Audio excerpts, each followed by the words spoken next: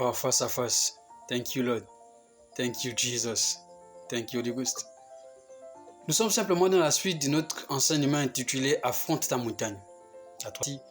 Nous croyons que le Seigneur va vous bénir dans la suite que nous abordons aujourd'hui. Et nous savons aussi que le Seigneur vous a béni dans la première et la deuxième partie, qui a été très importante parce qu'il s'agissait de l'introduction. Et nous entrons maintenant peu à peu dans le développement de notre étude ou encore de notre enseignement. Nous avons clairement dit que de l'Ancien Testament au Nouveau Testament, plusieurs ont eu à affronter leur montagne. Nous avons cité de manière successive les différents personnages qui ont marqué leur génération et les différentes montagnes qui se sont présentées devant eux pour les empêcher d'aller de l'avant, ou encore pour les empêcher d'atteindre un niveau, ou encore qui les persécutaient ou les oppressaient. Tout cela, ça dépendait simplement du contexte dans lequel ils se trouvaient. Et nous croyons maintenant que le Seigneur va vous bénir parce que dans la deuxième partie, nous avons parlé de la précision dans la direction, la précision dans ce que nous faisons, dans notre prière, notre jeûne, parce qu'on n'attaque pas un adversaire dans le vent. Il faut bien diriger les coups là d'où il se doit. Aujourd'hui, nous abordons la troisième partie et c'est simplement pour sous-thème intitulé « Identifier cette montagne ». Identifie cette montagne. Identifie cette montagne. La Bible dit, c'est Jésus qui parle, il dit, si quelqu'un dit cette montagne, à cette montagne, il y a une précision ici. Il n'a pas juste dit si quelqu'un dit, mais il dit si quelqu'un dit à cette montagne. Cela nous amène à comprendre qu'il y a une précision. On nous précise qu'il s'agit de la montagne. Mais la montagne ici peut être autre chose. Et c'est ce dont nous expliquons à travers cette étude. Si dans ta famille le mariage n'existe pas, prie contre cette montagne parce que ce n'est pas normal.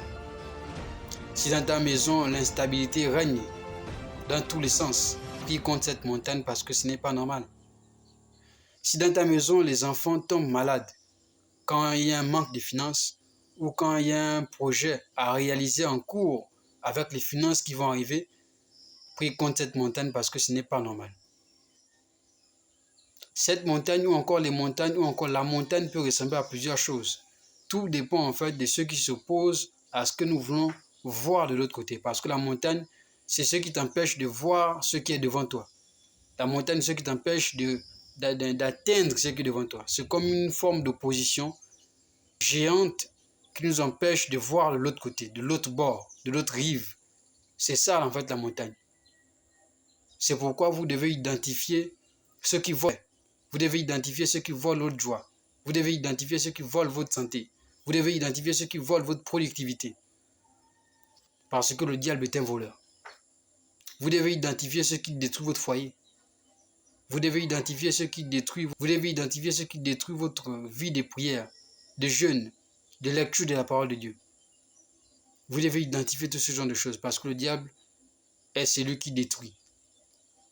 Et donc, à travers cet enseignement, peu à peu, nous allons simplement aborder les choses qui vont nous permettre de nous situer, nous positionner dans l'attitude qu'il faut avoir, la posture qu'il faut avoir dans les différents combats que l'on peut rencontrer, les différentes montagnes que l'on peut rencontrer à travers la vie spirituelle que nous avons. Et il faut nous dans le combat que nous menons.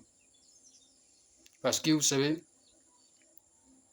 lorsque vous prenez le temps de vous asseoir et identifier en fait les différents scénarios de votre vie, vous pouvez simplement voir en fait se situe la montagne. Et lorsque vous avez identifié la montagne, il faut attaquer. Et on va parler dans la suite de notre étude ou encore de notre enseignement. Que le Seigneur vous bénisse.